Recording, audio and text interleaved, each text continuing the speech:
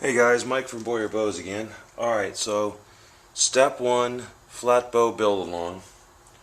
What I'm going to do here now is show you the initial measurements that we're going to use to cut and get this board to floor tillered status. Okay? Now the first thing you want to do is establish which side of the bow is going to be the belly, or the part facing you when you draw the bow, and which side is going to be the back of the bow, or the side opposite. The side facing the target, if you will. I decided, if you'll look, I don't know how well, you know what, I'm going to hold the camera. I'm sorry if you guys get seasick. I decided to make, some of you were already asked a good question, which is, what if my piece of wood is a little bit bent? Now as we look down this bow, you can see that my piece of wood is a little bit bent. Very slightly. But it's important that you take that into consideration. Whichever side is concave, in other words, if you had the letter C, the concave side is, well, the best way I was told to remember it is you go into the cave, so you go, well, let me put this up. Make sure you guys can still see where I'm going here. You can't. Alright. So basically, this piece of wood, you can't tell as well, but it's basically shaped. Now, if this were a C, this is a C clamp.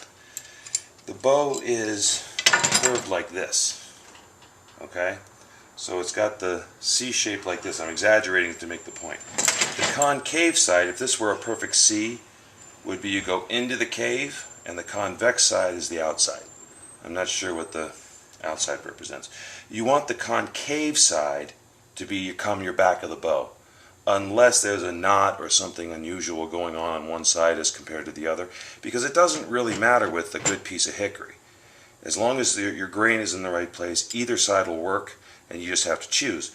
If you use the concave side, in other words, now I would be pulling this bow back like this, because it's going to be a more powerful bow, and it will also offset any potential string follow that we get later. Now, in the process of making these measurements, though, that we're about to do, you need the bow to be straight, or excuse me, you need the piece of wood to be straight. So what I do is I take a piece of wood with a side that I know is straight, and if this is concave right now, this side, that's the back of the bow, so I write back on there because I'm an idiot and I tend to forget. So I take the back and I put it against the wood. Take some C-clamps and I clamp it down. Now the reason I do this is it's going to make the wood straight for my measurements. And that's going to be important, and I'll show you why. I also measured this out already. Now this piece of wood is 66 inches, which means its halfway mark is 33. There's the halfway mark. And then I went 3.5 inches on either side. Remember, my riser blocks were 7 inches. So now we have a 7-inch handle and fade area. So I'm going to clamp that down as well.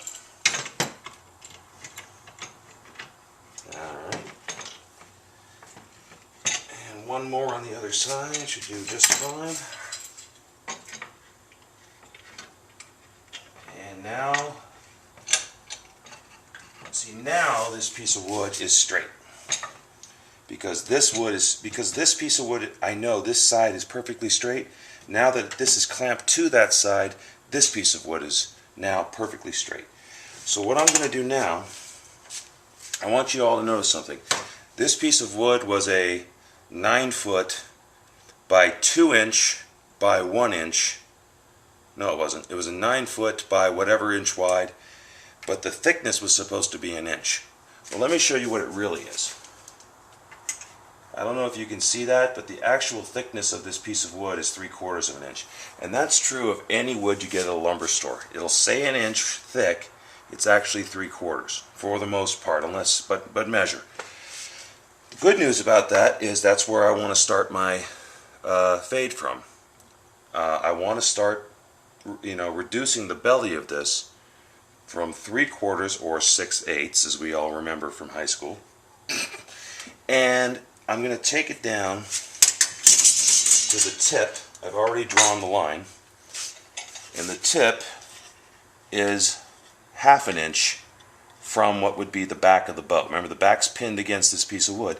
I've gone 1/2 inch all the way up to the normal thickness, which is 3/4 inch. Okay? And what I'm going to do now is I mark the 1/2 inch at the tip, and the 3/4 I don't really have to mark because we're there. And I draw a straight line between the two. Just connect the dots, so to speak, and draw that straight line there. And that's how much we're going to reduce of the belly, not the back, the belly of the bow, of what will be the bow. Okay? So, 7 inches is going to maintain the full thickness. Go for 33 inches, 3.5 inches this way, 3.5 inches this way is 7 inches total. Now, I got even better numbers for you here. Okay, I'm going to pull the camera so you guys can see it. Alright, sorry if it's a little upside down. 7 inches total, 33 inch is our halfway point. 7 inches, 3.5 inches on either end of the 33 inch line. We then draw a line from the 3/4 spot, see my pencil line, down to what is 1/2 inch at the tip. We're going to reduce that first. That is the first wood reduction we're going to do. Okay? Then the next measurement you want to do before we end is on the back of the bow. Let me take these clamps off real quick.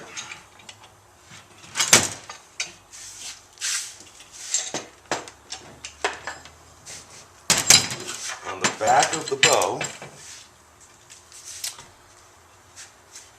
right here, we have our tips. Now I went on these from tip to where we're going to begin the fade will be 15 inches. Can you guys see that? 15 inches from the tip. Okay, and then I found the halfway point in this particular piece of wood, which is 1.5 inches. So now halfway is 3/4. I went 1/4 inch on either side for 1/2 inch. Our tip is going to be at the least, at the top, 1/2 inch wide. And then again, I just connected the dots. Do this cut after you reduce the belly down. Otherwise, if you do this first, this nice line you made is going to disappear. Okay? Half of the bow, more than half of the limb is going to disappear, that nice line. So you reduce the belly first, and when you're done, you flip it over and you reduce the tips. You can do that with a rasp, like me. You can do it with a jigsaw on this. I wouldn't do the belly with a jigsaw, guys. But you can do the belly with a belt sander. You could do the belly with a bandsaw. You could do it with a table saw, whatever you're comfortable with. But I am going to reduce it with my trusty rasp. And I'd show you that, but you'd be just watching me reduce wood. There's nothing to it. Make the lines on both sides is my only guide. That way you'll have a guide to know how deep you've gone on both sides. That's really important, okay? Because you don't want to go way deep here and not as deep here. You'll never get it back again. Make 2 lines on each side, reduce it down, flatten it out, then flip it over and reduce the tips, or what will be the fades on the, not the fades, yeah, okay, the fades, why not, fades on the tips. Alright, get that done, guys. I'm going to do a video again with how it will look, the after shot of both the riser we glued up and this piece of wood reduced with these measurements intact.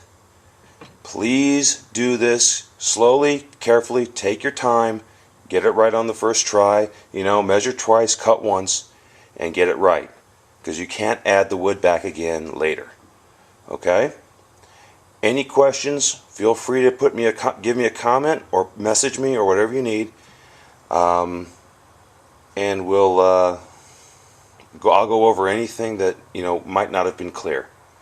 Otherwise, this is Mike from Boyer Bows. I'll see you again with the after shot of all we've gone through in step 1 so far. Okay? And the next step, step 2, will come next Friday, Saturday morning area. Okay? A week from today, so you all can catch up. If you got, like I say, if you got mechanical stuff, a bandsaw, a belt sander, or a table saw, this is going to take you about 5 minutes.